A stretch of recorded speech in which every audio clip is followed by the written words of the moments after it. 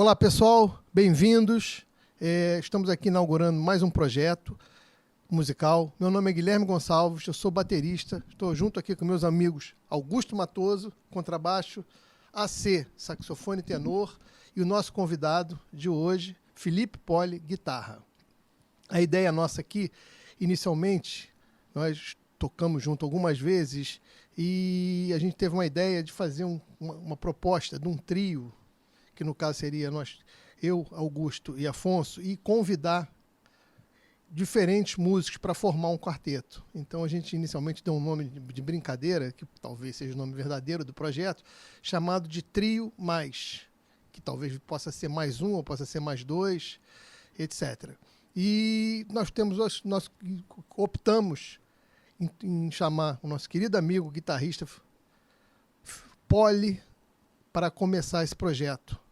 E até pensamos principalmente na guitarra em homenagem ao nosso grande amigo que tocava com a gente também, Alexandre Carvalho, que não está mais aqui, mas que foi precursor desse projeto também, de uma maneira, comigo aqui, antes de a gente fazer isso aqui. Então, vou passar a bola aqui, primeiro para o Augusto, que está do meu lado, para falar um pouquinho, e a gente vai fazer umas perguntas para o Poli, vamos ver o que ele vai falar.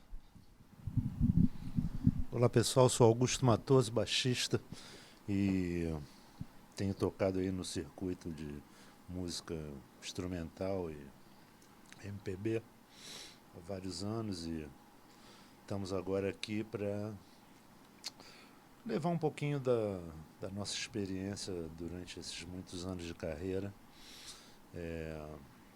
para esse projeto aqui, que tem como objetivo a gente possa veicular uma música de qualidade. A nossa cidade, que anda tão massacrada por eventos que fogem do nosso controle, né? Mas enfim, passo a bola então aqui para o nosso querido Afonso. Bom, eu sou AC, saxofonista, e estou aqui ao lado do Poli. O Poli é um amigo de longa data, da época que o meu cabelo era preto. Não, você é outro caso. E Poli, a gente queria te dar as boas-vindas e assim, eu acho que é uma coisa que interessa quase todo mundo que possa estar assistindo os nossos vídeos. Assim, fala como você se interessou por música e como você acabou chegando no jazz. Que o jazz acaba sendo a linguagem que nos une aqui. Interessante. Eu comecei a me interessar por música porque eu tinha um irmão mais velho que já tocava violão, e eu comecei a tocar na adolescência com 11 anos. E eu fiquei apaixonado pelo instrumento e gostava, né, de música, gostava de bossa nova, apesar de ser muito novo, né, era o que se escutava na minha casa, então eu herdei, né, aquele gosto ali. Então eu escutava bossa nova, o meu pai gostava muito de música, né, e ao passo que eu fui me inserindo nesse mundo musical, eu fui descobrindo o jazz. A bossa nova me levou ao jazz, né? E aí eu comecei a estudar mais seriamente a música, assim, com 15 anos, né?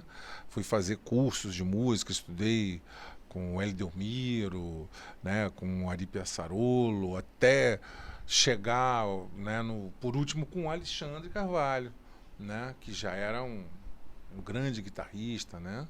Mas o que me levou foi isso aí, né? Eu comecei a tocar muito jovem e escutei o chamado da sereia, não teve jeito, então estou aqui até hoje.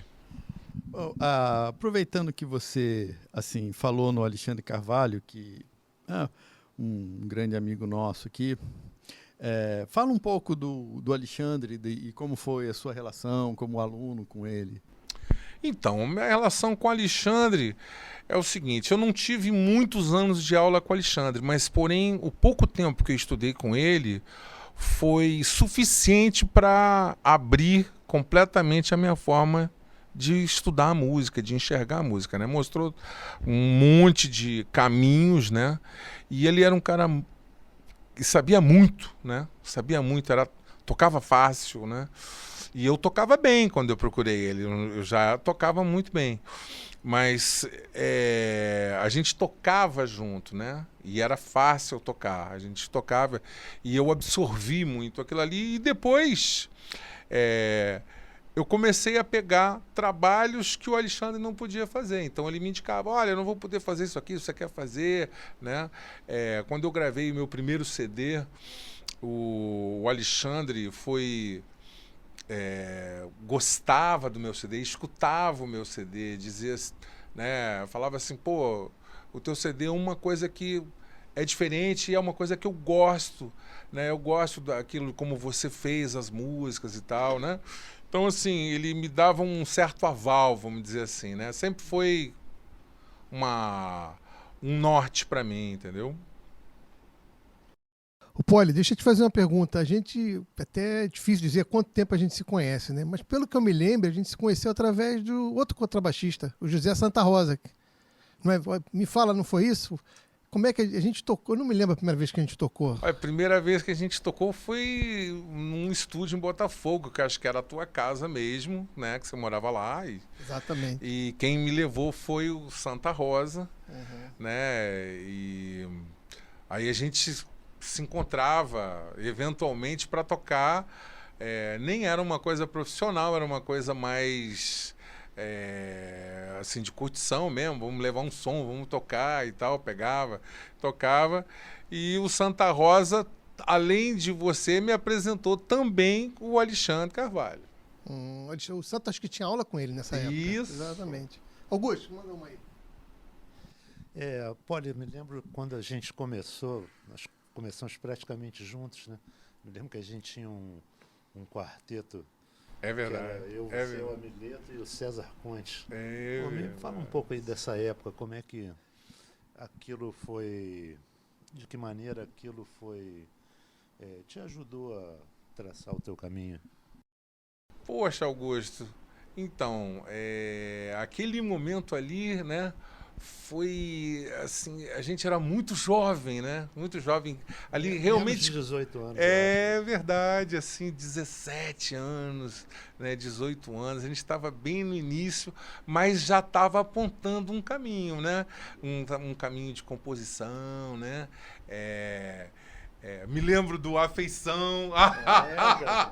Tá vendo? Tem uma Lu, né?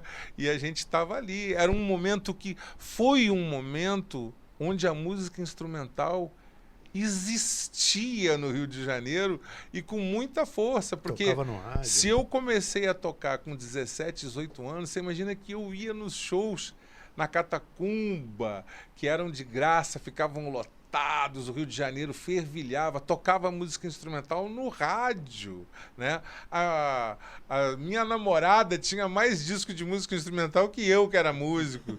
Só pra você ter uma ideia, né? Ou seja, era uma coisa que existia. Por quê? Porque a Secretaria de Educação, os projetos culturais no Rio de Janeiro valorizavam uma educação cultural para a população. Então todo mundo sabia, todo mundo consumia, né? Tocava na rádio, né? Tinham vários programas de música ao vivo, né? De música instrumental, né? Arlindo Coutinho, né? Gravado ao vivo.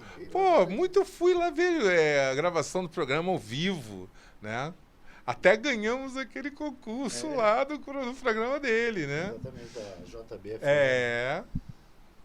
O que aconteceu, que aconteceu com a música, esse tipo de música que a gente toca, música é difícil falar o nome, que pode ser pedante, mas é uma música que é uma música mais difícil, que a gente acha que tem mais qualidade, mas esse estilo de música que a gente toca está cada vez mais raro de ser ouvido. Então, e por quê? Porque tem cada vez menos gente tocando e você só consegue criar um ambiente com cada vez mais gente tocando.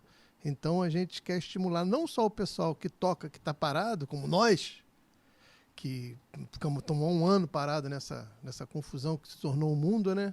Como as pessoas, a garotada que está chegando. sabe? É aquela coisa, ouçam as músicas antigas não querem dizer que são velhas. São clássicos, pô. Principalmente porque elas demandam de uma, vamos dizer assim, uma capacidade intelectual para você entender o que está acontecendo, desenvolver a linguagem dentro daquilo.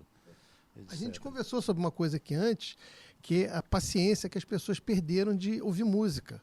Então, uma conversa aqui hoje está tudo virando jingle, né? A música tem que ter 50 segundos, 30 segundos, senão o cara não consegue.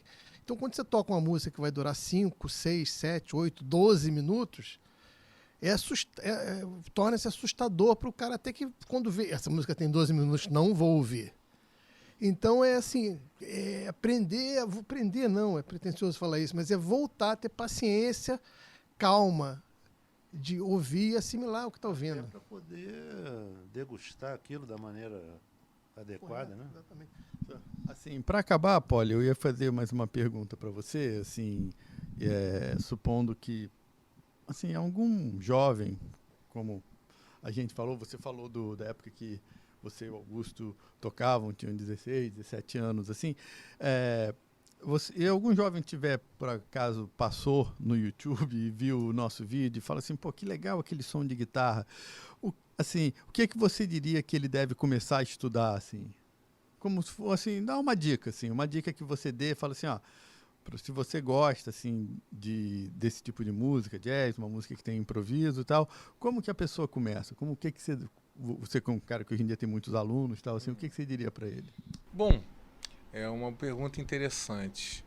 Quando eu comecei a estudar música, eu comecei da forma inversa, né? Eu comecei a escutar o que tocava na década de 80. E o que tocava na década de 80, aqui no Rio de Janeiro era o Ricardo Silveira, né? Era o Vitor Biglione, os guitarristas, né? E eu escutava, adorava o Pat Metheny, né? Só que aí um dia o Pat Metheny veio aqui, né? E deu um workshop, e ele falou lá, né? Eu nunca esqueci que ele falou assim, se você quer fazer alguma coisa com música instrumental hoje, né? Com aquilo que você está querendo produzir, você vai ter que andar 30, 40 anos para trás para ver o que os outros fizeram, né? Então, a partir daí, eu passei a escutar o Wes Montgomery, escutar o Joey Pass, escutar os guitarristas que tocavam antes e escutar, né, onde eles estavam dentro do trabalho daqueles que eu estava escutando naquela época, né? Porque, na verdade, eles escutaram aquilo para chegar até a linguagem deles, né? Então, pois é, mas vai ter que ir para trás para escutar quem realmente começou com essa linguagem, né, na guitarra, né? O Wes Montgomery era o ídolo do Pat, era o ídolo de todos os guitarristas daquela geração ali. Não tem nenhum deles que não tenha dormido com os discos dele debaixo do travesseiro, né? Numa conversa com o Menescal, né, que é um grande amigo, né, chegou uma vez e disse assim para mim, Poli, o disco do Barney Castle vivia na minha vitrola, eu dormia agarrado com ele, todo dia ia lá aprender aqueles acordes, porque na nossa época só tinha aquilo. Então, né, esses lá de trás fizeram muito antes o que se faz hoje, né? Bom, a gente queria agradecer a presença do Poli no nosso primeiro episódio. Tomara que consigamos fazer bastante deles assim.